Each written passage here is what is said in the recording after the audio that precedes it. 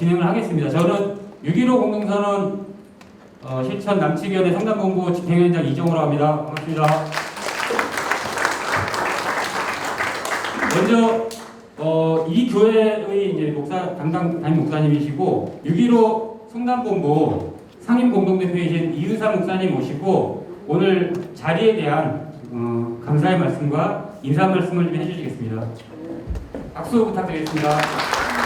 상황이 정말 절실하다는 것을 저희가 우크라이나 러시아 전쟁을 통해서 지금 절감하고 있습니다. 전쟁이 단지 그곳에서만 일어나는 것이 아니라 그 여파가 세계 전체를 지금 먹거리에서부터 직장까지 다 영향을 미치고 있고 정말 평화가 중요하다는 것을 절실히 느끼고 있는데 평화를 위해서 우리는 뭘 어떻게 해야 될지 고민도 많이 됩니다. 학자는 연구해야 되고요. 또 실무적으로 이 나라의 평화 통일을 위해서 애쓰는 실무진들도 소중합니다. 그동안 우리가 학자들의 견해를 많이 들었는데 연구하는 돼 있지만 또 평화 통일의 문제를 국가에서 실무적으로 최종적으로 책임지는 장관의 역할은 너무나 중요합니다. 우리 이인영 전 장관은 22개월 정도 동안 문재인 정부 마지막 기간에 평화통일 총책임자로서 사명을 다했고요. 사실 저희가 모시기 어려운 건데 여러 가지 백을 동원해서 어렵게 모시게 되었습니다. 또 고맙기도 하고요. 또 당연하기도 한 것은 여기서 뭐 천금 같은 사모님을 얻었으니까 우리 교회로서는 전혀 뭐 빚진 마음이 사실은 안 들어도 됩니다. 그래서 오늘 모시게 너무 감사하고 사실 여기 보니까 이제 우리 여러 또 내빈들도 있는데 그냥 내빈 소개는 생략하겠습니다. 양해해 주시고 일단 끝나고 나서 같이 차 한잔 하시면서 하면 좋겠습니다. 여러분 좋은 이야기 많이 들으시고 또 함께 질문도 해주시고 그래서 오늘 이 시간이 우리 성남 지역사회에서 평화통일의 물꼬를 한번 틀 수 있는 그런 기회가 됐으면 좋겠습니다. 고맙습니다. 바로 이어서 우리 주민교회가 자랑하는 남성 등창단 박수하도록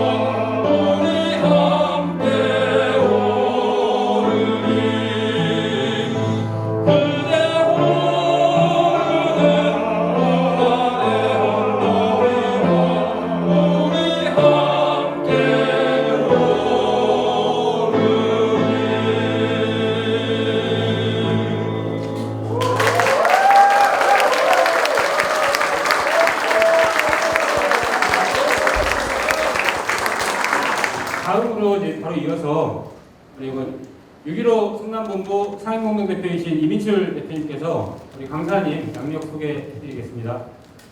네, 이민출입니다. 반갑습니다. 노래들 굉장히 잘하시네요. 진짜 너무 멋집니다. 아까 예술 때 잠깐 봤는데 이제 만찬을 보니까 가슴이 막 뭉클해지고 너무 멋지십니다. 제가 우리 이인영 장관님 양력을 이렇게 하기 위해서 나왔는데요. 일단 87년도에 우리 성남에서도 그때 막 6월 항쟁 돌도 많이 던지고 진짜 싸우고 막 그랬는데요. 그때 당시 고려대 총학생 회장 그리고 전대요 다 많이 들어보셨죠? 전대 의장님 하시면서 이제 그런 6월 항쟁을 이끄셨고, 그리고 이제 2004년도에 17대 국회 그때 초선으로 이제 하셨고요. 그리고 12년부터 그러니까 19대, 20대, 21대 내리 이렇게 하시면서 4선 의원을 하셨습니다.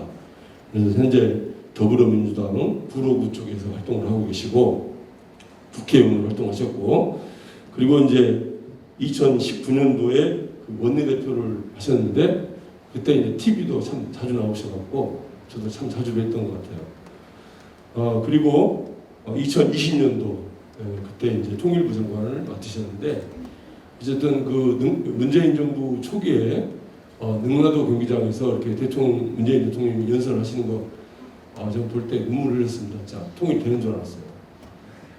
15만 정말 평양 시민들 앞에서 이렇게 연설하는 게 정말 그때 정말 그랬거든요. 그래서 정말 이제 어쨌든 금강산 계속 저는 금강산 많이 갔다 왔는데요. 그때부터 이미 통일이 시작했으니까 다시 이제 그건 꼭 좀 열렸으면 했는데 어쨌든 그게 좀 잘 안 된 것 같아요. 그래서 그때 잘 되다가 여러 가지 이유로 남북 관계가 막혔는데 그것을 뚫어볼까 해서 우리 이인영 장관님이 통일부를 맡으셨는데, 이제 자세한 얘기는 이제 여러분들이 한번 들으시고 그리고 이제 질문도 좀 많이 나오실 것 같아요. 그래서 그런 이제 여러 가지 통일부 수장으로서 남북 관계에 가장 수장으로서 역할을 하셨습니다. 그래서 이인영 장관님 뜨거운 박수로 모시도록 하겠습니다.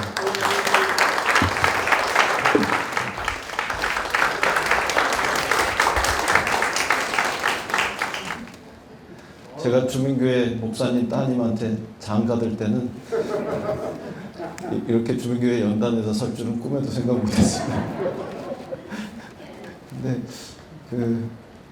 이제 통일부 장관 했다고 이런 자리에도 세워주시고 또 말씀도 들어주시고 그러는 시간이 되니까 조금 어색하긴 합니다. 그래도 저보다는 우리 이보은 씨를 많이 사랑해 주셨던 장로님들 또 권사님들 여러 집사님들 감사드리고요.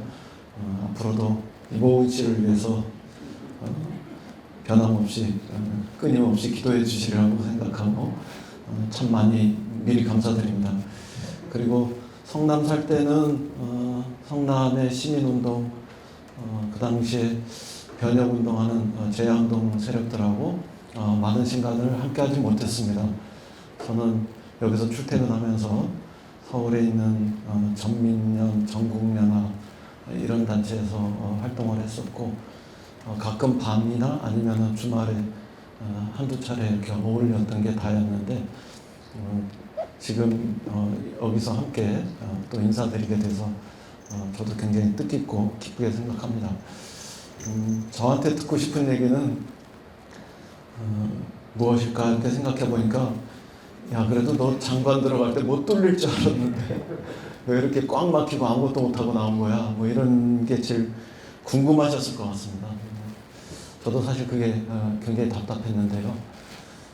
제가 2020년 총선에서 우리 국민들의 아주 큰 열망 이런 것들을 받아안고 역대 민주당 역사 속에서 가장 큰 대성을 이끌 때 그 원내대표를 했습니다. 그래서 그 원내대표 임기를 나름대로 성과적으로 마무리하고 물러나서 조금 여유를 가지고 앞으로 어떤 정치를 할 것인가 이런 걸 다시 고민하고 있을 때 개성공단에서 아시다시피 남북 공동연락사무소가 폭파되는 그런 정말 엄청난 있어서는 안 될 일들이 일어났습니다. 국회에서 제가 그때 외통위를 하고 있어가지고 장관을 불러가지고 어떤 업무 보고를 받고 있었는데 업무 보고 받는 그 시간에 개성공단에서 연락사무소가 폭파됐다는 그런 얘기를 전해 듣고 장관을 돌려보내서 그 대책을 또 수습 방안을 마련하라고 하는 그런 시점이었습니다. 사실은 그 전으로 올라가면 그게 2020년 6월 중순쯤이었을 텐데 그 전으로 올라가면 2019년에 1월달, 2월 초 이럴 때 이미 그 베트남 하노이에서 북미 간의 노딜로 끝나면서 내부적으로 남북 관계, 북미 관계 이런 것들은 굉장히 이렇게 얼어붙기 시작하는 이런 과정이 있었고 그 연장선에서 사실은 팡 하고 터진 일이죠. 그리고 그 발단이 되었던 거는 관심 가지셨던 분들은 다 아시겠지만 남쪽에서 북한의 민주화운동, 북한 인권운동 하겠다고 하는 이런 단체에서 대북전단을 살포하는 이런 일들이 있었고 그게 빌미가 되어서 북에서 아주 강경한 대책을 또 입장을 천명하면서 그렇게 되었던 일이죠. 그래서 당시에 통일부 장관이 김현철 장관이었는데 장관을 사임하고 나서 누군가는 이제 나서서 그 사태를 수습도 하고 또 완전히 파장 날 것 같은 그런 남북 관계도 다시 어렵지만 그 복원도 해야 되고 뭐 이런 상황이었는데 6월 말 7월 초 이런 상황에서 저보고 들어와서 장관을 좀 하라고 하는 겁니다. 그래서 좀 망설였습니다, 솔직히. 이게 들어가면은 그렇게 성과가 쉽게 날 것 같지도 않고 또 그게 어떤 면에서는 독배를 마시는 것과 같은 그런 일이었기 때문에 좀 주저했습니다. 그리고 저 개인적으로는 과거의 제 전력 때문에 뭐 거의 틀림없이 제가 뭐만 하면은 과거의 전력을 연결시켜 가지고 말하자면은 뭐 주사파,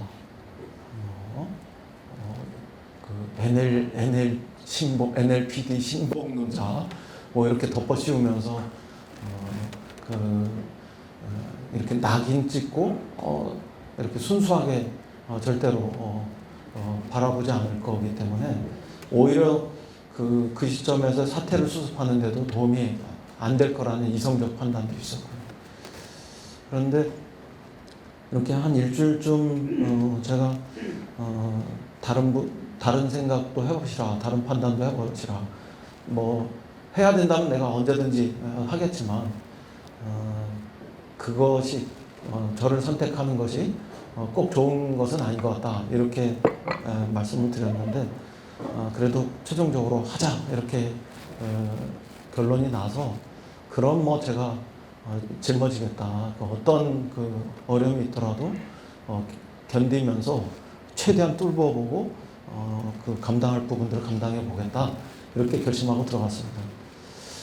근데 들어가서 막상 딱 속사정들을 점검하니까 남북 관계를 다시 복원하는 것들이 그렇게 쉽지는 않더라고요. 그러니까 우리 기억 속에는 2018년도가 있기 때문에 2019년도 베트남에서 하노이의 노딜 이후로 2020년에 어떻게 하면은 다시 2018년으로 돌아가지 않을까 이런 쉬운 기대들 이런 것들이 있을 수밖에 없는데 막상 들어가 보니까 그렇지는 않아요. 조금 언론에 공개하지 않는 것을 전제로 해서 말씀드려보면 제가 받은 느낌은 북은 기차를 타고 중국을 관통해서 하노이까지 그렇게 며칠을 달려왔는데 하노이에서 노딜로 끝나는 과정에 대해서 굉장히 큰 섭섭함도 있고 상처도 있고 분노도 있고 그런 것 같습니다. 그도 그럴 것 같습니다. 제가 입장을 바꿔놓고 생각해도 그러면서 남쪽 정부한테는 그런 정도도 개런티 못했냐 이런 섭섭함 같은 것들이 있었던 것 같고 미국에 대해서는 아주 큰 불신과 이런 분노 같은 것들이 있었던 것 같고 그렇습니다. 그러니까 북이 2018년도 9월 평양에서 우리 대통령을 모셔놓고 능라도 경기장에서 평양에서 핵심적인 인물들 10몇만 명을 모아놓은 상태 속에서 보였던 그런 어떤 유연함이라든가 이렇게 활짝 열린 그런 태도들 이런 부분들은 어느새 굉장히 닫혀 있고 그들 표현으로 굉장히 원칙적이고 우리 표현으로 굉장히 강경한 이런 상태로 꽤 근육이 이미 굳어져 있더라고요. 그래서 굉장히 고민을 많이 했습니다. 이제 어떻게 해야 할까 이러면서 그 당시에 이제 장관 되자마자 바로 8월 달에 한미 군사 훈련이 연합 훈련이 있었고 이 연합 훈련은 북의 입장에서는 언제나 대화를 위해서는 훈련을 중단하거나 없애거나 이런 것으로 전제 조건처럼 걸어왔던 그런 것들이었기 때문에 참 문제 해결하기가 쉽지 않더라고요. 그래서 정부 안에서 이야기를 조금 해봤는데 연합훈련을 좀 연기하면 안 되는 거냐 이런 것들을 검토를 했는데 밖에서도 많은 진보적인 세력들이 한미연합훈련을 중단해서 다시 남북관계가 북미관계가 대화로 전환될 수 있는 이런 동기들 이런 것들을 만들어야 된다는 요구들도 많고 그랬는데 두 가지가 참 쉽지 않았습니다. 우선 하나는 연합훈련하고 우리 작전권 반원하고 이렇게 서로 연결되어 있습니다. 그러니까 우리는 연합훈련을 중단해가지고 남북미 간의 새로운 대화의 동기, 계기를 만들어야 되는 요구가 있는데 또 다른 한편에서 우리가 똑같이 가지고 있는 요구가 미국으로부터 군사작전권을 환수하는 일입니다. 그리고 미국으로부터 군사작전권을 환수하는 절차 중에는 연합훈련을 통해가지고 그런 몇 가지 어떤 능력들 이런 것들을 테스트하는 이런 것들이 같이 결부되어 있습니다.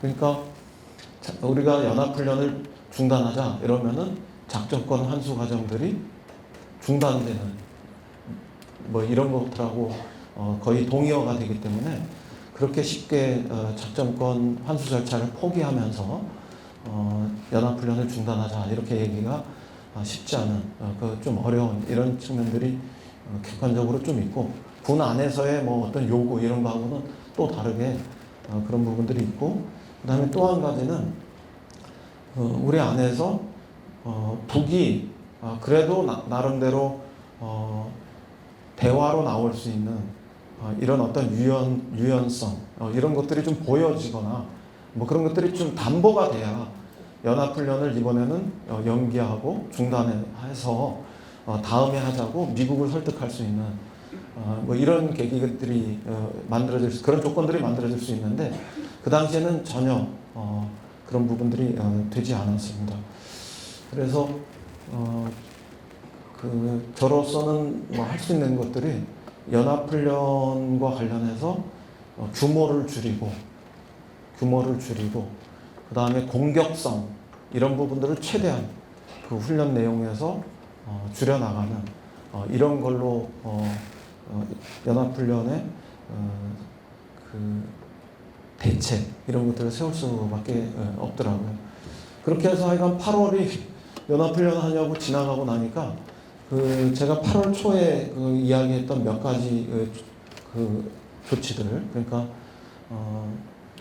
남북 간에 중단됐던 인도주의 협력이나 교류 접촉의 시도 이런 것과 관련해서 허가를 내지 않았던 걸 제가 허가 내는 거라든가, 또 국제기구를 통해서 북쪽에 뭐 어린 아이들, 그다음에 임산부들 이런 사람들을 위해서 인도주의 협력을 하기 위해서 국제기구를 통해서 뭐 한 100억 정도의 공여를 하는 거라든가 이런 것들이 좀 이렇게 별 의미가 없어져요. 작은 접근이라도 시작하려고 했던 그런 의미들이 없어지고 그 7월, 8월을 거치면서 북쪽에서는 남쪽으로부터 어떤 인도주의 물자의 반입도, 그리고 심하게는 남쪽에 그 돈과 물건이 국제기구를 통해서 들어오는 것조차도 이렇게 보수적으로 받아들이지 않겠다는 이런 그 이야기들이 이렇게 전달돼 들어옵니다. 그래서 문제가 좀 상당히 더 어려워지고 있구나 이제 이렇게 생각을 했는데, 그거 지나서 9월달에 최근에 이제 뭐 그 정부 바뀌기가 무섭게 저쪽 국민의힘과 저쪽 정부에서 막 그 파헤치고 있는 거 서해 우리 공무원의 피격 사건 이런 것들이 또 발생하지 않습니까? 그러니까 남쪽에서는 그와 관련해서 보수 진영의 공격들 이런 것들이 막 시작되고 아주 격렬하게 시작되고요. 그래서 그 와중에 무슨 교류 협력이냐 뭐 이런 이야기들도 나오고, 북에서 굉장히 이례적으로 신속하게 전문을 통해 가지고 전통문을 통해서 거기에 2번이나 미안하다는 이런 표현들을 쓰면서 사태 수습을 거기까지는 더 확장되지는 않도록 하려고 하는 이런 시도들이 있었음에도 불구하고 남쪽에서 보수적인 세력들의 공격 이런 것들이 굉장히 높아지는 이런 과정이 되었습니다. 그래도 저는 장관 들어갈 때 뭐 보수 진영의 공격이 있더라도 때로는 미국 쪽에서 견제가 있더라도 뚫을 건 뚫어야 된다 이런 생각을 하고 있었기 때문에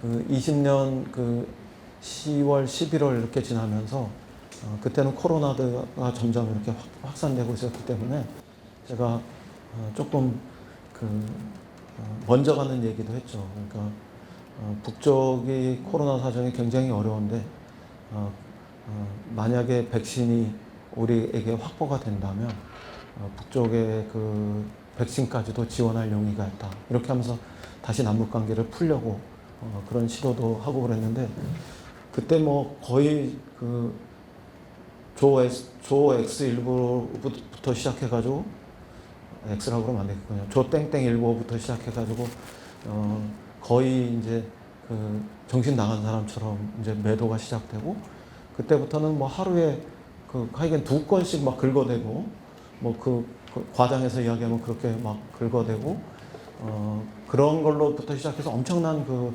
보수 세력들의 공세가 있고 그랬습니다. 그래도 뭐 해야 할 건 해야 되니까 우리 국민들이 백신을 먼저 맞고 거기서 좀 여유가 생긴다 그러면 그래도 해야 된다 이렇게 하면서 이제 밀고 나가면서 우선 남북 관계에서라도 뭘 하려고 했는데 거의 잘 안 되더라고요.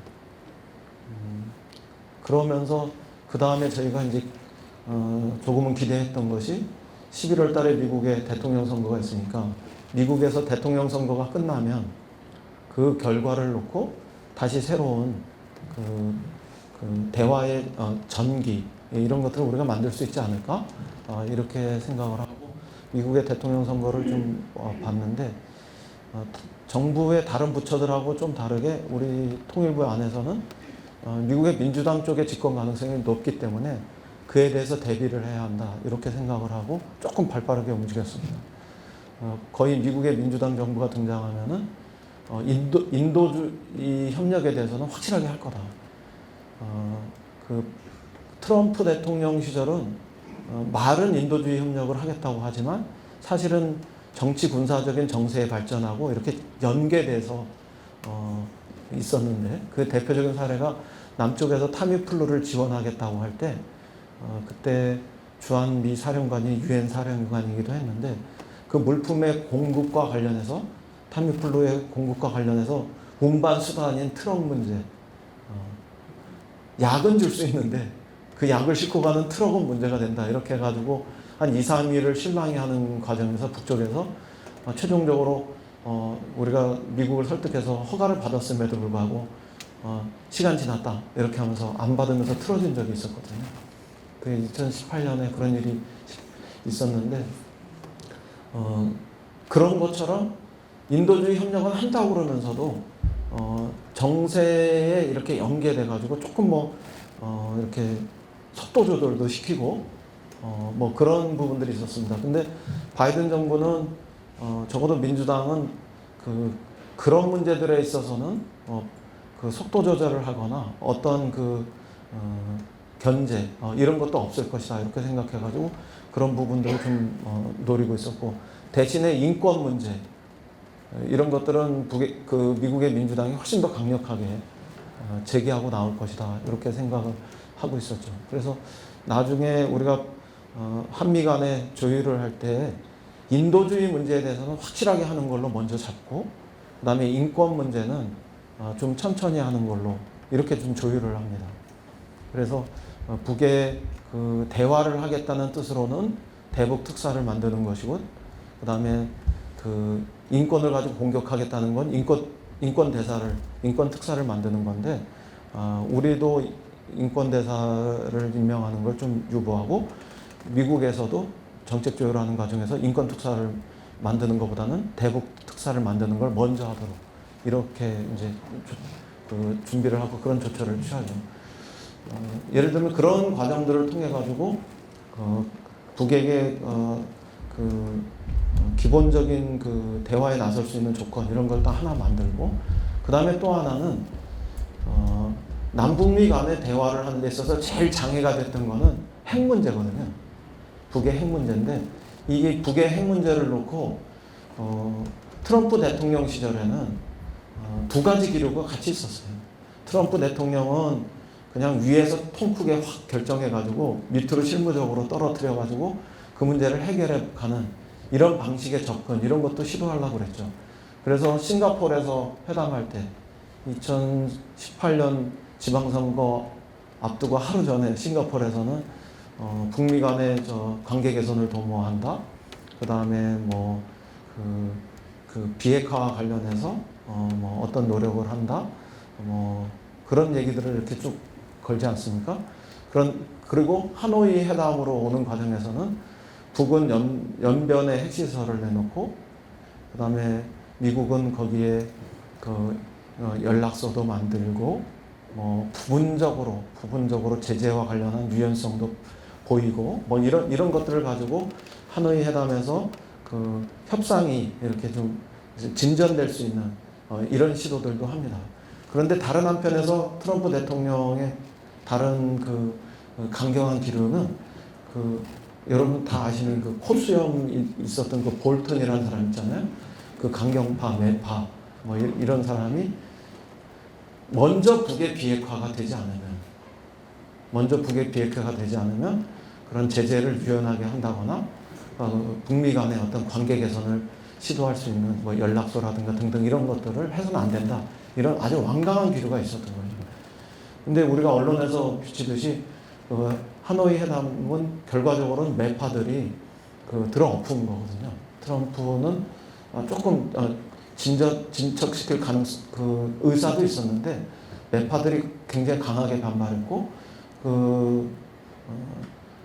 그때 빌미가 된 거는 코엔 청문회라고 워싱턴에서 마치 청문회가 열리니까 그리고 거기서 트럼프 대통령의 범법 사실 이런 것들이 심판 대상에 올라가니까 그런 정도의 이른바 스몰 딜이라고 이야기하는 이런 걸 가지고는 트럼프 대통령이 돌파할 수 없다.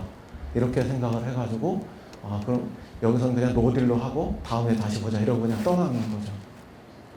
그런 정도로 그 미국의 입장은 어떻게 보면 선비핵화 이런 것들이 그 주류였다고 생각하면 됩니다. 그런데 바이든 대통령은 우리가 후보 시절에서 이렇게 보고 또 바이든 주변의 사람들을 보면 선비핵화 이런 것보다는 예를 들면은 그 단계적인 접근 그리고 동시적인 상응 조치 이런 것들을 취하면서 문제를 해결해 나갈 가능성이 좀 있어 보였습니다. 이란과의 핵 협상 과정에서 뭐 JCPOA라고 하는 이런 것들을 보면은 사실 그런 단계적이고 동시적인 어떤 상응 조치를 취하면서 그걸 약속해 가지고 문제를 해결해 나가는 이런 사례들도 있었기 때문에 바이든 대통령이 들어서면은 그럴 가능성이 있다 이렇게 생각을 하고 그 선비핵화 이런 걸 통해서 문제를 해결하는 트럼프 대통령 당시에 그 강경파들의 입장하고는 다른 그런 그 한미 간의 조율을 했는데 사실 그 부분들은 어느 정도 성공했습니다. 그런 게 이제 2020년 5월에 문재인 대통령하고 바이든 대통령 간의 정상회담을 통해 가지고 북핵 그 솔루션과 관련해 가지고 기본적으로 합의됐던 그런 정신들이 있습니다.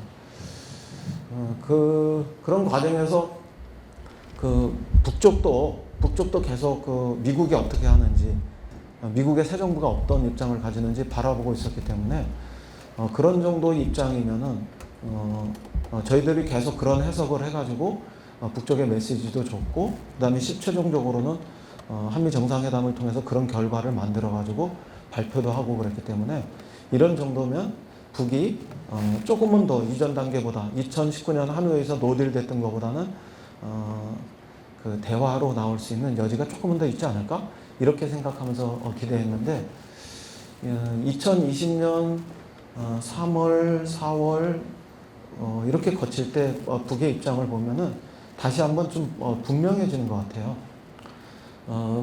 북미 간의 대화를 하기 위해서는 미국이 먼저 전향적인 조치를 내놔야 된다. 이런 얘기를 하고 남북 간에도 어떤 관계 개선을 하려면 남쪽이 미국으로 하여금 좀 더 전향된 조치를 할 수 있도록 그런 어떤 노력을 해야 한다. 이런 메시지들로 읽히는 이런 이야기들만 북쪽에서 계속 나옵니다. 그게 이제 언론성에서 계속 나왔던 얘기들이 대표적인 게 이제 적대 관계의 청산 이런 것을 기본적으로 해야 한다. 그리고 연합훈련 같은 거 이런 것들을 하지 말아야 한다. 그 다음에 이중기준 철폐 이런 것들을 해야 된다. 그리고 상호 존중의 태도를 보여야 한다. 뭐 이런 것들이 그 북쪽에서 일관되게 나오는 메시지입니다. 그래서 이제 저희가 다시 그 연합훈련과 관련해서도 검토를 하고 그랬습니다만 이미 미국에서 2020년 그 가을 겨울에 2021년 3월에 한국에서 연합훈련을 하는 거 이런 것들은 확정돼 있는 거고 미국에서 새로 들어온 정권이 그런 군사훈련을 중단시키고 이렇게 하는 거는 쉽지 않은 거죠. 미국의 입장에서도 미국 정부 입장에서도 그리고 무엇보다 북쪽에 자기들이 대화하자는 메시지를 던졌는데 북쪽에서는 원칙적인 입장으로 니들이 이런 그 선 조치들을 취하지 않으면 우리는 대화할 수 없어 이렇게 강경하게 나오고 그러니까 미국 정부의 입장에서도 군사훈련을 연기할 만큼 그런 어떤 그 동기가 되지 못한다 이런 입장들이 있고 그래서 우리 입장에서 다시 그 3월 연합훈련을 역대 규모에서 가장 적은 규모로 축소시켜내면서 그러면서 좀 그 유연한 메시지로 북이 크게 경직되지 않도록 그 상황을 관리하면서 넘어가고 5월달 한미 정상회담의 결과를 보고 뭘 하자 이렇게 생각을 했습니다. 근데 나중에 시간이 지나면 그 시점에 뭐 제가 그 이야기들을 남북 간에 있었던 이야기들을 언젠가 이야기할 기회가 있겠지만 저는 남북 간에 접근할 가능성이 좀 있었다 이렇게 봅니다. 그 시점에. 그게 이제 저로서는 2021년 상반기 중으로 남북 관계에 물꼬를 터야 되고 북미 관계 개선에 물꼬를 터야 된다고 계속 일관되게 얘기했던 그런 약간의 근거이기도 합니다. 근데 그 근거보다도 더 중요했던 거는 사실은 2021년 하반기로 들어서면 상반기에 남북 관계를 좀 풀어내지 않고 하반기로 들어서면 다시 8월 달에 한미 연합훈련이 예고돼 있고 한미 연합훈련이 예고돼 있는 과정에서 3월 달까지만 해도 속사정은 우리 코로나가 꽤 많이 있었고 미군의 코로나 사정도 완전히 개운하진 않았는데 그 8월 달쯤 되면 미군이 전부 백신을 맞고 우리 군들도 백신을 맞기 시작해서 그 8월에 그 코로나 때문에 훈련을 연기한다는 것들이 내부적으로는 좀 쉽지 않은 이런 사정들도 있고 그 다음에 그런 등등 때문에 8월 달에 군사훈련을 하게 되면 남북관계나 북미관계가 다시 더 얼어붙어가지고 하반기에 들어가가지고 남북미 관계를 다시 풀어내는 것들이 쉽지도 않고 그런 것들이 이제 충분히 예상되고 그리고 무엇보다 중요한 거는 2021년 하반기로 들어서면 우리 대통령 선거와 관련해서 예비 경선들이 본격화되지 않습니까? 그 기류들이 막 이제 후보들이 뛰기 시작하고 그 기류들이 형성되면 북의 입장에서 볼 때도 남쪽에서 어떤 정권이 등장하는지 그거에 따라서 남북 관계가 달라질 것이기 때문에 그걸 지켜보려고 하지 적극적으로 먼저 개선하려고 하는 쪽으로 안 할 거란 말입니다. 예컨대 2007년에 그 대통령 선거를 앞두고 우리 노무현 대통령과 저쪽에 김정일 위원장 간에 남북 정상회담을 했잖아요. 그때 설사 정권이 교체된다 하더라도 남북 정상회담의 그 연장선에서 남북 관계는 되돌아가지 않을 것이다. 이렇게 판단을 했는데 웬걸 2008년에 이명박 정권이 등장하고 나니까 저 금강산에서 박광자 씨 피살 그걸 빌미로 해서 남북 관계를 완전히 닫아버리지 않습니까? 그리고 독자적인 오이사 조치 이런 것들을 취하고 그래서 남북 간의 그 교류 협력도 다 끊어버리고 이런 시간들도 나오지 않습니까?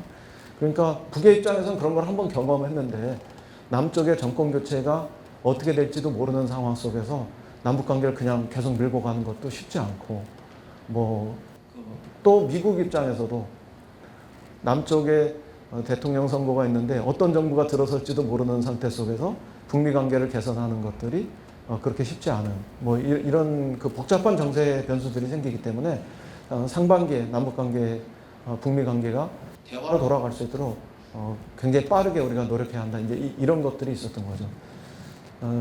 그런 것들을 결과적으로는 시도하다가 조금 늦었지만 그 2021년 7월 27일에 남북 간에 끊어졌던 연락선, 통신선 이런 것들을 복원하는데 어쨌든 성공을 합니다. 겉으로는 이 남북 간의 통신선이 복원되었기 때문에 이제 다시 대화가 시작되나 보다 이런 기대들이 올라왔지만 속으로 실질적인 그 업무를 담당하고 있던 제 입장에서는 조금 늦었다 이런 생각이 들더라고요. 아니나 다를까 8월 달에 한미 간의 군사훈련이 시작돼 버리니까 다시 통신선은 끊기고 그 한동안 다시 끊겼다가 10월 달이나 돼서 한미 연합훈련이 끝나고 그 여파가 가라앉은 뒤에나 통신선이 다시 복원되는 그래서 그 통신선의 복원을 통해서 남북 간에 굉장히 유의미한 대화가 오고 가는 것 이런 것보다는 정말 최소한의 대화가 연락만 주고받는 이런 형태로 유지되게 되었습니다. 이런 과정들이 전체적으로 제가 설명드릴 수 있는 그 2020년 7월 27일 날 취임해서 그 2021년 12월까지의 이런 흐름들입니다. 그래도 우리 문재인 대통령께서는 상반기라는 이런 시점을 놓쳤지만 이 정부가 끝날 때까지 최종적인 순간까지 우리가 평화를 위한 이런 발걸음, 노력 이런 것들 멈춰서는 안 된다 이렇게 생각을 하시고 그 북에게 또 국제사회를 향해서 9월 말에 종전선언을 제안합니다. 그 종전선언이라는 것들이 어떻게 보면 그 적대관계의 한 측면을 풀어내는 이런 메시지거든요. 그러니까 뭐냐면은 옛날에 김정일 위원장이 살아있을 때 우리 노무현 대통령하고 대화를 할 때 우리가 이렇게 끊임없이 평화를 위해서 노력했지만 뭐 종전선언이라도 하나 된 게 있습니까? 이런 그 이야기들이 있는데 북에서는 종전선언이라는 게 매우 실질적이다 이렇게 생각은 안 하지만 그래도 평화를 향해서 가는 하나의 출발점이라는 이런 인식들은 가지고 있었다고 우리들이 판단하고 있었기 때문에 적대관계 청산의 첫 신호탄으로서 종전선언 이런 것들에 대해서 이제 우리가 의미를 두고 제안해서 추진을 하려고 하는 거죠.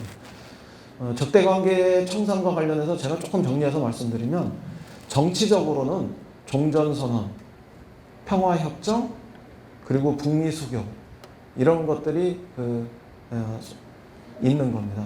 그 다음에 군사적으로는 한미 간의 군사연합 훈련 이런 것들을 중단하는 게 있는 거고 또 군사적으로는 한국의 전력무기 군사 전략을 증강시키는 이런 것들을 중단하는 거, 줄이는 거 이런 것들이 있는 거고 그런 겁니다. 그리고 경제적으로는 제재해 놓은 거 있잖아요. 북에 대해서 이런 걸 푸는 거 이런 것이 북에게는 적대관계 청산의 신호탄으로 보여지는 겁니다. 그래서 우리 입장에서는 종전선언 이런 것들을 그런 신호탄의 하나로서 이렇게 추진을 하는 거죠. 그리고 그거는 실질적으로는 어떠한 정치적인 현상의 변동도 없습니다. 군사적인 현상의 변동도 없고 다만 남북미가 적대에서 평화를 향해서 간다는 그런 어떤 그 신호로서 그런 그 의미를 두고 이렇게 추진을 한 거죠. 미국에서는 조금 이렇게 그 떨떠름하긴 했었던 것 같아요. 좀 소극적이긴 했었던 것 같아요. 근데 바이든 정부가 들어서면서 일관되게 동맹의 입장을 존중하겠다 이런 것들이 있었기 때문에 우리가 계속 설득했더니 한 11월 달쯤 돼서는 거의 그 한미 간의 그 조율은 실질적으로는 거의 끝나는 상황이 되었습니다. 그래서 그걸 가지고 우리가 북쪽하고 이제는 종전선언의 과정을 실제로 추진해보자 이렇게 하면서 12월에 들어가려고 했는데 그게 이제 아까 제가 얘기했듯이 남쪽에서 이제 정권 그 대선을 통해서 정권 교체기가 본격적으로 시작되니까 그런 면에서 그 타이밍 이런 것들을 놓치면서 그게 조금 북에서도 그 긍정적으로 나서지 않는 이런 과정이 된 것 같습니다. 그리고 그 시점에는 미중 관계가 조금 껄끄러워지는 이런 과정으로 갔기 때문에 북의 입장에서도 그 미국과의 관계 개선으로 그런 정도의 수준에서 나오는 것이 조금은 더 주저되는 그런 이유로 이렇게 작용했을 거다 이렇게 생각을 합니다. 올해 1월 들어서서 저희들이 마지막까지 종전선언을 위한 그런 시도를 했는데 1월 중순쯤 지나면서는 그거는 이제 사실상 지나가는 이런 흐름이 되었고 그만큼은 안 되더라도 그래도 남북관계가 기술 실무적으로라도 한 발자국이라도 더 나가는 이런 시도로 저희가 했던 것이 그 전화로 주고받는 걸 넘어서 화상으로 남북 간에 대화하는 이런 시스템을 만드는 것까지는 가자 그래도 이렇게 시도를 했는데 그것도 1월 말쯤 되어서는 이제 완전히 끝나는 그런 과정이 되어서 제가 돌이켜 보면서 이런 얘기를 합니다. 한 1년 정도는 좀 어려웠지만 정말 어떤 욕을 먹더라도 이런 시도 저런 시도를 다 해보면서 남북미 관계를 대화로 돌려놓기 위한 이런 시도를 한 거고 한 1년쯤 지나서 작년에 하반기 들어서면서부터 5월 달 나올 때까지는 이렇게 몸빵하면서 그래도 평화 국면을 유지하려고 이렇게 아둥바둥 해보는 그런 시간이었다. 저는 이렇게 이제 사석에서는 고백하고 그러는데요. 돌아보면은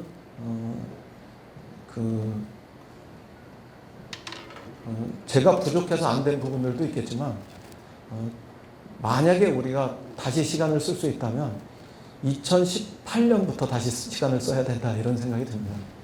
그러니까 2017년에 핵실험도 일어나고 미사일 발사도 굉장히 많이 일어나고 이러던 그 험악한 정세를 우리가 2018년에 평창올림픽을 평화올림픽으로 만들고 4.27 판문점에서 정상회담을 하고 그 다음에 6월에 싱가포르에서 북미 간의 정상회담도 하게 하고 9월에 우리가 평양 가가지고 또 백두산까지 가가지고 그런 정상회담을 하고 이랬던 그 시간으로 그러니까 막 평화의 시간으로 바꿔냈던 그 시간에 사실은 우리가 주저없이 했어야 할 일들이 몇 가지 있었구나 이런 생각을 해봅니다. 그 중에 하나가 그 금강산 관광 같은 거라고 생각합니다.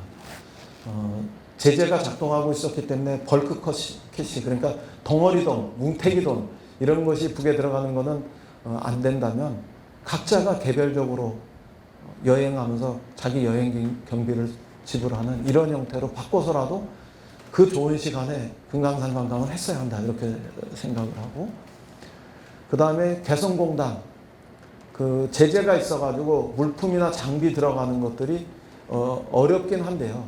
그러면은 제재가 아닌 품목들을 중심으로 해서라도 그러니까 예컨대 인도주의 품목 이런 것들은 제재로 적용할 대상들이 아니거든요. 예를 들면 물,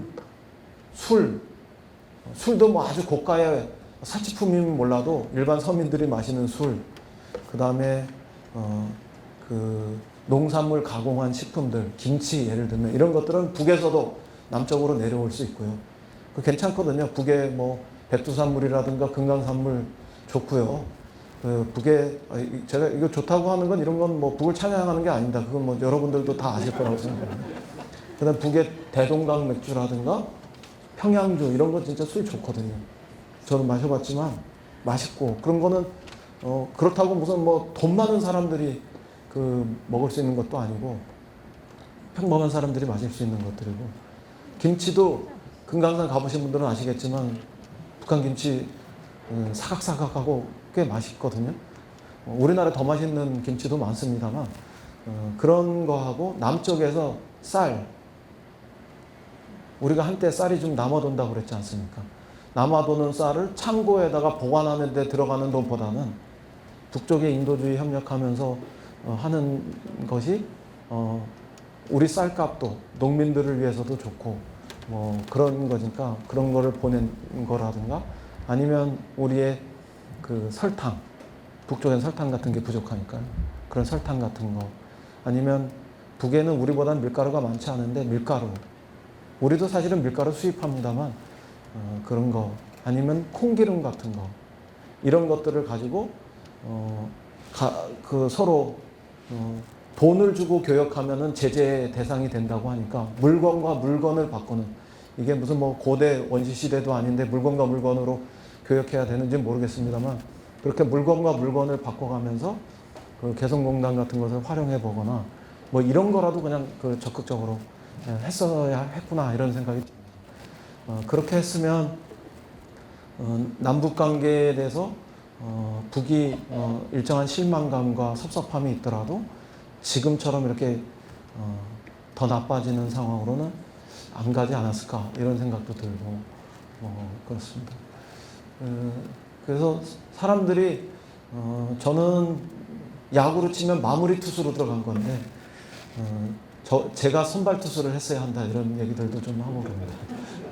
그러니까 근데 결국 끝나고 나올 때쯤에 북에서 그 미사일을 1월 달에 굉장히 많이 쏘기 시작해가지고 평화를 관리했던 부분들의 3분의 1 정도는 깨졌습니다.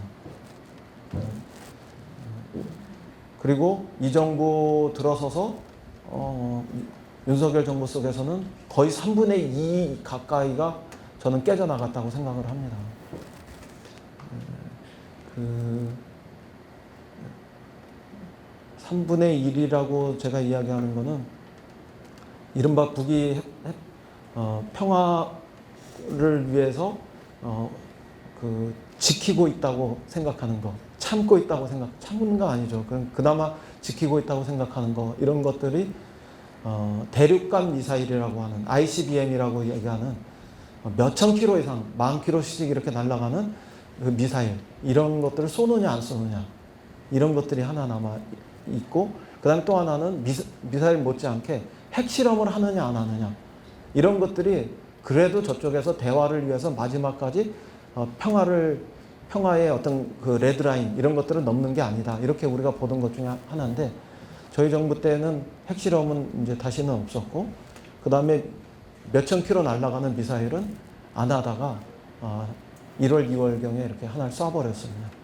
그게 이제 고각 발사라고 그래가지고 사거리는 한 7, 8천 킬로 이상 되는데 공중으로만 한 3, 4천 킬로 쏴서 실제로는 1,000 킬로 날아가게 하는 이런 것들이죠. 근데 정상 각도로 쏘면은 뭐 7,000 킬로, 8,000 킬로, 10,000 킬로씩 이렇게 날아가는 이런 것들이죠. 그거를 쐈습니다. 그래서 저희는 그거에 한 3분의 1 정도는 그 레드라인을 넘은 거다, 이렇게 생각하고 정권을 넘겼는데, 이 정권에 넘어간 뒤에는 저는 거의 3분의 2 가까이가 지금은 무너지고 있는 것 같다, 이런 생각을 합니다. 만약에 핵실험이 일어나면 그거는 거의 2017년 우리가 경험했던 그런 긴장 높은 수준으로 돌아가는 거라고 생각합니다. 그래서 사실 조금 걱정입니다, 제가.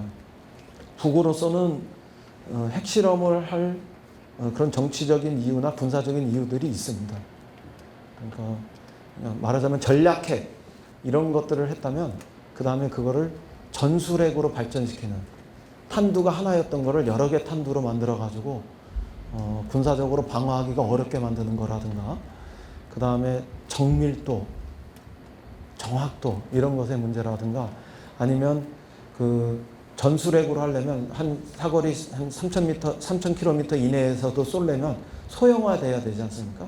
탄두가 전략핵이면 너무 크면은 전술핵으로 만들려면 좀 작은 거를 만들어야 되는데, 그런 소형화, 그 다음에 그 작은 미사일 안에다가 달을 내면 그 경량화, 이런 것들을 해야 되는데, 그런 것과 관련해서 북쪽에서는 그 전술핵 실험을 할 만한 그런 수요들도 있고, 그 다음에 정치적으로는 미국이 계속 대화하자 그러면서 실제적으로는 아무 조치도 안 취하고 있다, 이렇게 생각을 하고 있기 때문에 뭔가 한번 뻥 질러가지고 미국이 대화하도록 그렇게 대화로 나오도록 해야 하는 뭐 이런 그 행동을 하고 싶은 이런 욕구들도 이렇게 잠재 있기 때문에 그런 핵 실험을 할 만한 이런 가능성은 있습니다. 그리고 경우에 따라서는 미국의 중간 선거, 이제 올해 그 국회의원 선거, 우리나라 지금 그런 게 있지 않습니까? 상원 의원 선거도 3분의 1하고 하원 의원 선거는 전부 다 하는데요.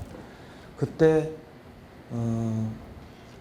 미국에서 하원이 민주당이 다수인데 공화당은 동수고, 근데 지금 추세로는 미국의 하원이 공화당이 다수가 되고 상원에서도 공화당이 다수가 될 가능성이 있다는 거죠. 그러니까 그런 정세의 허점, 이런 것들을 북이 활용할 가능성도 있고, 또 우크라이나 전쟁에 러시아가 이렇게 저렇게 침공을 했는데 그런 것이 주는 국제 정세에서의 어떤 그 빈틈 같은 게 또 있거든요.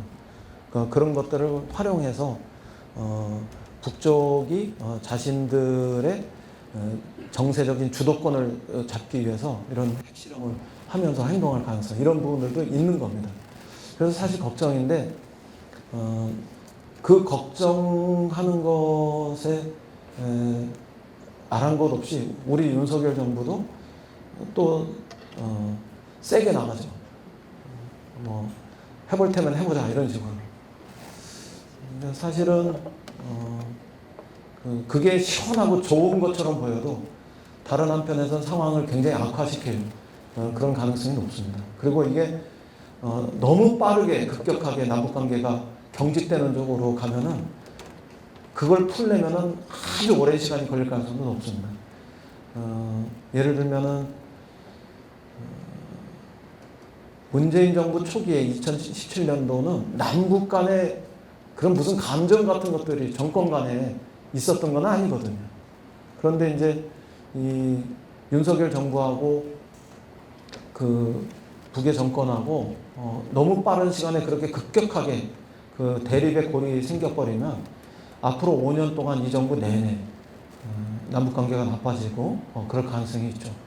그리고 북미 관계도 당분간 잘 안 풀릴 가능성이 꽤 있고요. 아까 제가 그 중간 평가 뭐 이런 거 얘기했습니다만 북의 그 미국의 어떤 선거 결과를 예측해 보면은 그렇게 쉽게 북미 관계가 풀려버릴 가능성도 별로 없고 이제 이런 상황이 되면 굉장히 오랫동안 한반도에 그 정세 긴장이 높아지고 정세가 격화돼 버리는 이런 가능성이 있는 거죠.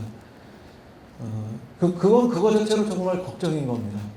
뭐가 어떻게 될지 모르는 이런 상황이고. 근데 더 문제는 저는 우리 경제한테 너무 나쁠 거라고 생각합니다.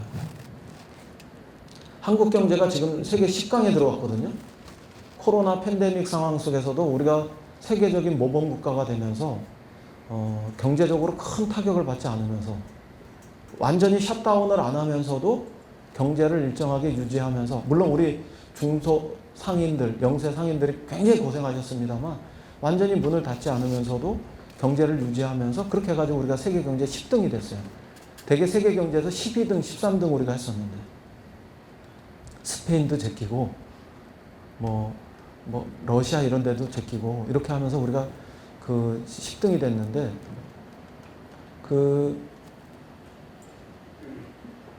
지금 물가가 막 올라가기 시작하고 이자도 올라가기 시작하고 환율도 오르기 시작하고 러시아 우크라이나 전쟁 때문에 세계적으로 공급망 특히 에너지에 있어가지고 안정성이 흔들리고 있고 그래서 수출과 수입으로 상당한 부분들을 먹고 사는 대한민국 경제가 그렇게 녹록하진 않거든요. 그런데 여기에 한반도의 지정학적인 리스크, 긴장 이런 것까지 얹어져서 그게 뭐 몇 달이 아니라 3년, 5년씩 간다 이렇게 생각하면 정말 우리 경제가 걱정인 거죠. 정말 어려워질 수 있는 거예요. 이제 그러면 남북 관계가 복잡해지면 한중 관계도 어색해질 거 아닙니까? 한중 관계가 어색해진다는 거는 우리 수출과 수입에서 25%, 30%를 차지하는 게 중국인데 그런데 굉장히 큰 영향을 주는 겁니다. 근데 얼마 전에 나토 가가지고 그 대통령 경제수석이라는 사람은 이제 한국 경제가 중국만 가지고는 안 되고 중국에서 넘어가서 유럽을 중심으로 해서 가야 된다 이런 얘기를 하면서 중국의 기분 나쁜 얘기를 너무 쉽게 해버리고 이제 이런 상황이 돼버릴 때 과연 우리 경제가 한반도에 긴장이 있는 상태 속에서 세계 경제 10등을 계속 유지할 수 있을지 저는 크게 의문입니다. 이제 얘기 끝날 때가 됐으니까 제가 조금씩 이제 다른 얘기로 좀 돌아가겠습니다. 우리가 세계 경제 10등인 이 상태 속에서 그렇게 남북 간의 긴장을 조성하고 대결과 대치 상태로 흘러가면서 다시 세계 경제 12등, 13등으로 후퇴하고 한 전문가들의 예측대로 우리가 만약에 15등, 20등의 순서로까지 다시 밀려나는 이런 사이클로 들어갈 건지 아니면 힘들어도 남북관계를 최소한의 평화는 유지하면서 한반도의 긴장이라는 지정학적인 리스크를 최대한 줄여서 세계경제 10등의 속도를 더 발전시켜 갈 건지 그리고 더 좋게는 남북관계를 풀어서 평화의 상태 속에서 남북이 경제적으로 협력하고 연합하면서 이른바 평화를 통해서 더 성장할 수 있는 이런 기회의 문을 우리가 열어갈 건지 이런 건 굉장히 중요한 선택입니다.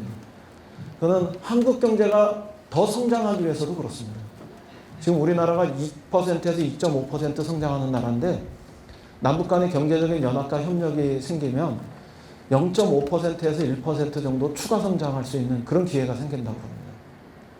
그리고 일자리도 우리가 1년에 한 25만 개 정도 일자리가 더 늘어나는 나라인데요. 문재인 정권 시절에 전부 127만 개 일자리 늘어났는데 그러니까 1년에 25만 개쯤 늘어나는 거 아니겠어요? 그런 나라인데 한 2만 5천 개쯤은 더 만들 수 있는 이런 기회가 생기거든요. 그러니까 그런 부분들을 위해서도 저는 긴장보다는 평화 쪽으로 정책을 펴나가는 것이 옳다 이렇게 생각합니다.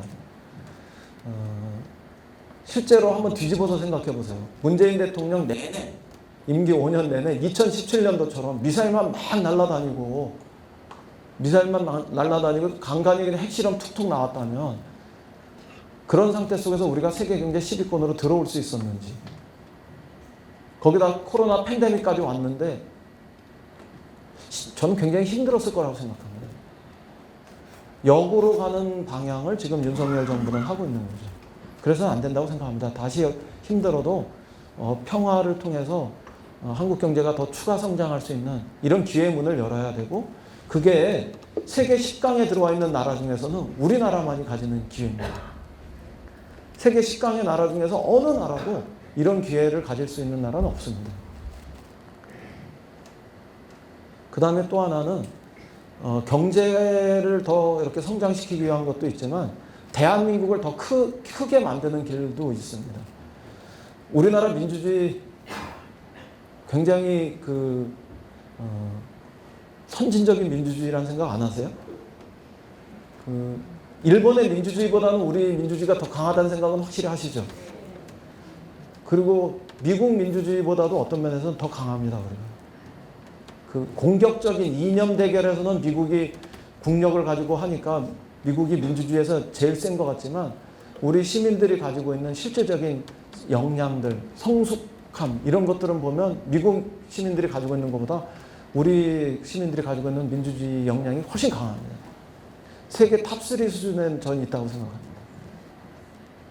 그게 앞으로 개헌을 하게 되면 우리 국민들, 시민들의 기본적 권리 이런 것들을 높이고 정치가 왜곡하고 있는 요소들 이런 것들을 제도적으로 개혁해내면 저는 세계에서 다른 나라 사람들이 우리의 민주주의를 교과서에서 배우게 되는 날도 정말 멀지 않다고 생각합니다. 미국의 시민들이 2021년 선거 때 의사당을 점거했던 거에 비해서 우리는 그러지 않잖아요. 심지어는 이번 선거 때 0.7% 졌는데도 깨끗하게 승복하고 마음속에 화는 아직 안 가라앉았습니다만 멋있게 가잖아요. 그 다음에 세계 경제에서 우리가 지금 10등인데 앞에 얘기한 대로 그런 평화를 통해서 추가 성장의 과정으로 간다면 전 10년 내에 세계에서 7등 정도까지 우리가 간다고 생각합니다. 1등이 미국이고 2등이 중국이고 3등이 일본이고 4등이 독일이거든요. 근데 이제 인도가 인구가 워낙 많으니까 어쩌면 인구가 많아서 인도가 5등쯤으로 갈지 모르겠는데 지금은 5등이 영국이고 6등이 프랑스고 7등이 이태리예요. 근데 그런 데가 3.1조 달러, 3.0 달러, 2.9조 달러 이렇게 되거든요. 우리가 1.9조 달러쯤 돼요. 근데 지금 이 상태로 해가지고 쭉 가면 우리가 잘하면 이태리 정도는 잡을 수도 있어요. 그러면 우리가 5, 6, 7, 8등에서 서로 비슷한, 그러니까 그런 걸 한 박스권에 있다고 그러잖아요. 한 테두리에 들어가 있다고 그러잖아요. 그런 상태로 우리가 들어가면 세계 경제에서 5위에서 7위권 정도까지 들어가면 일본이 조금 주저앉기 시작하는데 독일이 좀 올라가고, 그럼 만약에 일본이 고사 지낼 일은 아닙니다만 일본이 4등쯤 되고 우리가 5, 6, 7 이런 박스권에 들어가면 경제적으로 일본하고 비슷해져요. 그 다음에 이제 한 5년에서 10년 정도 가면서 군사작전권을 우리가 미국으로부터 완전히 환수하면 그러면 지금 일본이 5등이고 우리가 6등이에요. 그 군사력에서. 근데 국방비 지출을 우리가 내년쯤 되면 일본보다 조금 더 많이 하는 이런 나라가 될 수도 있는데, 그러면은 군사력 수준에서도 국방력 수준에서도 우리가 일본보다 좀 나아질 수가 있습니다. 그러면 세계 5위권 나라라고 우리가 자부해도 되는 거거든요. 그건 대한민국이 더 커지는 겁니다. 인구나 영토로는 한계가 있지만 대한민국이라는 하나의 주권국이 세계 속에서의 위상은 뭐 굉장히 당당해지고 커지는 거죠. 그런 그 경제적으로 더 성장하는 길, 그 다음에 대한민국이 더 커지는 길, 그런 게 옛날에는 제가 얘기할 때는 뭐 자주의 나라 뭐 이런 표현도 썼었습니다만 그런 것들에 좀 그 더 이렇게 제도화된 표현이라고 저는 생각합니다. 그리고 우리 대통령이 문재인 대통령이 얘기하셨던 당당한 대한민국 이런 거라고 생각합니다. 우리가 그 10년의 문을 잘 열고 그런 기회의 사이클로 들어가면 이런 대한민국과 한반도를 만들어 갈 수 있는데 우리는 거꾸로 가는 방향을 어쩌면 윤석열 정부가 선택할까 봐 걱정하고 있는 겁니다. 그 한반도가 그 평화의 길로 가기를 정말 바라고 저는 그렇게 계속 실천할 겁니다. 여기 계신 분들도 그런 노력을 하실 텐데요. 우리가 옛날처럼 우리의 소원은 통일이라는 노래를 부를 때처럼 빠르게 통일하자, 빨리빨리 통일하자 이렇게는 하지 않더라도 좀 통일을 천천히 하더라도 그래도 양보할 수 없는 거는 빠르게 평화는 만들어야 한다고 생각합니다. 그 평화를 통해서 우리가 그 경제적으로 더 발전하는 그리고 대한민국을 더 큰 나라로 만드는 이런 그 길을 찾아야 합니다. 그리고 그 과정에서 북쪽도 지금보다는 잘 살게 만들어야 된다고 생각합니다. 그 북이 너무 못 살면요. 북이 너무 못 살면 언젠가 우리가 통일할 때 그 부담이 너무 커집니다. 그 대개 경제학자들이 전문가들이 이야기할 때 독일 같은 경우에는 동독하고 서독이 통일할 때 그 4대1, 3대1의 차이가 있었다고 그러거든요. 근데 우리는 지금 40대 1의 차이예요.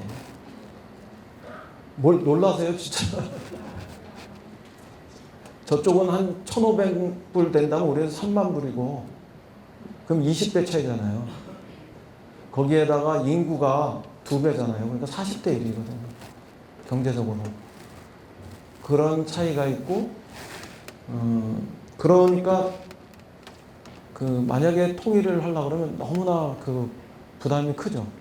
4대1, 3대1의 차이였던 독일 같은 경우에도 우리나라 돈으로 한 2,000조, 3,000조의 돈이 들어갔으니까요. 통일의 과정에서. 그러면 40대 1인 차이는 우리는 뭐 천문학적인 돈이 들어가야 될지도 모르잖아요. 그러니까 결국은 통일을 하려면 북쪽도 어느 정도는 사는 데까지 이렇게 끌어올려 놓고 통일을 해야지 그 다음에 들어가는 통일의 비용들도 최소화시킬 수 있는 겁니다. 사람들은 그러니까 통일하지 말자고 그래요. 그러니까 통일하지 말고 그냥 따로 살자고 그러는데 그거는 또 뒤집어서 생각하면 분단의 비용, 냉전의 비용이 너무 큰 겁니다. 사람들은 그 통일 비용이 너무 크게 들어갈 것 같으니까 통일하지 말자 그러는데 통일하지 않고 사는 거는 분단 비용, 냉전 비용 이런 게 또 들어가는 거거든요. 예를 들면 우리나라하고 비슷한 수준의 국력을 가진 이탈리아 같은 데가요. 그 35조에서 40조쯤 돈을 써요. 국방비로. 한 30조쯤, 35조쯤 쓸 겁니다. 많이 해요. 그리고 스웨덴 같은 데가 한 20조에서 25조쯤, 스페인 같은 데가 25조에서 20조쯤 돈을 써요. 그러니까 우리는 우리하고 비슷한 나라에 비해서 국방비를 20조 이상 더 쓰는 나라입니다. 그게 분단 비용이고 냉전 비용이거든요. 근데 그 20조는 어떤 돈이냐면은 3천만 원짜리 일자리, 그 60만 개 만드는 일자리입니다. 우리 공무원 숫자가 110만 명쯤 돼요. 선생님들이 한 36만쯤 되고 경찰이 한 14만쯤 되고 소방공무원이 한 6, 7만쯤 되거든요. 그리고 나머지가 일반 공무원들인데 그 110만 명의 공무원들한테 60만 명의 공무원들이 더 생긴다고 생각해 보세요.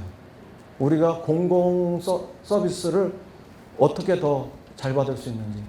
그런 것들 때문에 그 유럽의 선진국들, 복지국가들 이런 데가 우리보다 더 좋은 그런 서비스를 받는 거예요.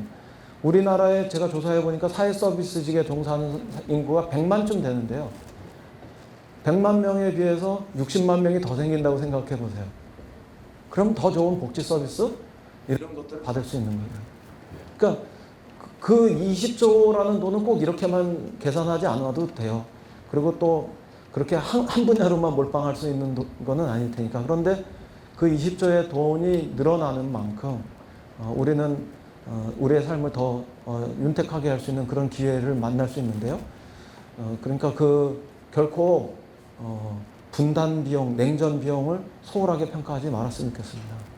그래서 오히려 우리가 그 20조가 아니라 1조, 1년에 1조, 혹은 5조 이렇게 돈을 북에게 투자하면 그 돈이 그 우리에게 새로운 앞에 이야기했던 0.5%, 1%의 추가 성장에 이런 기회들을 만들어내게 되고 그렇게 하면 그것이 주는 이익 이런 것들을 생각해 보면 좋겠습니다. 북은 당연히 뭐 좋아질 겁니다. 북은 개성공단 하나만 가지고도 5만 명의 일자리, 50만 명의 사람들의 삶, 뭐 이런 것들이 가능했던 건데 그런 것들이 뭐 한 10개쯤 된다고 생각해 보십시오. 그러면 어떨 건지 뭐 이런 부분들을 우리가 생각해 보면 되죠. 북한테 퍼주는 게 아니라 사실 뭐 저한테 퍼주기 마음처럼 이야기합니다만 우리가 한 바퀴 굴르면 우리는 40이 되는 거고 40대 1의 차이기 때문에 저기는 10바퀴 굴러야 10이 되는 겁니다. 그래서 그 은행에서 복리 계산하듯이 이렇게 해도 한 10년쯤 가도 우리가 생기는 유익함이 크면 크지 북이 생기는 유익함이 여전히 우리 절반에도 못 오는 뭐 이런 상황이 될 겁니다. 그러니까 그런 거 주저하지 말고 분단 비용도 생각하고 또 평화가 만들어내는 유익함도 생각해서 평화의 길로 이렇게 발전해 가는 이런 우리의 발걸음을 멈추지 않았으면 좋겠습니다. 이제 제가 드려보고 싶은 말씀은 거의 다 드렸는데요. 그래도 가는 데마다 늘 마무리하면서 하는 얘기는 이런 겁니다. 사람들은 우리 보고 북의 눈치를 본다고 합니다. 근데 사실은 북의 눈치를 보는 게 아니라 우리가 마주보게 하는 거 아닐까? 이렇게 생각해 보시면 좋겠습니다. 어린아이를 달랠 때 엄마는 아이의 눈치를 보는 게 아니고요. 아이와 눈을 마주보면서 이야기를 해나갑니다. 우리도 그런 과정이 아닐까. 그 다음에 정말 능력이라는 게 뭘까? 완력이 전부 주먹을 쓰는 것만이 다 그 능력일까? 아니면 어떤 그 지혜 이런 걸 통해서 문제를 실제로 해결하고 대화의 장으로 나올 수 있도록 하는 거 이런 게 능력일까? 주먹으로 때려 눕히겠다 이러면은 절대로 안 나오겠지만 죽으면 죽었지 안 나온다고 버티겠지만 우리가 대화로 또 협상으로 하면은 나올 수 있는데 오히려 그게 더 실력이 아닐까. 완력을 넘어서는 우리의 능력, 실력은 무엇인가 이런 것에 대한 우리의 고민이 있다고 생각합니다. 우리는 정부를 향해서 우리의 최소한의 자존심 이런 것들을 지켜주길 바랍니다. 저는 정부는 당연히 그래야 된다고 생각합니다. 국민의 자존감 이런 것들을 어떤 경우에도 최소한의 그 자존감은 지키고 유지시킬 수 있어야 한다고 생각합니다. 그러나 다른 한편에서 평화를 위한 인내 이런 것들도 우리는 가져야 합니다. 평화는 한순간에 그냥 후다닥 오는 것이 아니기 때문에 어쩌면 우리의 인내를 통해서 오는 것이기도 하기 때문에 그 인내가 온전함을 만든다고 하지 않습니까? 야고보서에도 나오고. 웃으실 줄 알았습니다.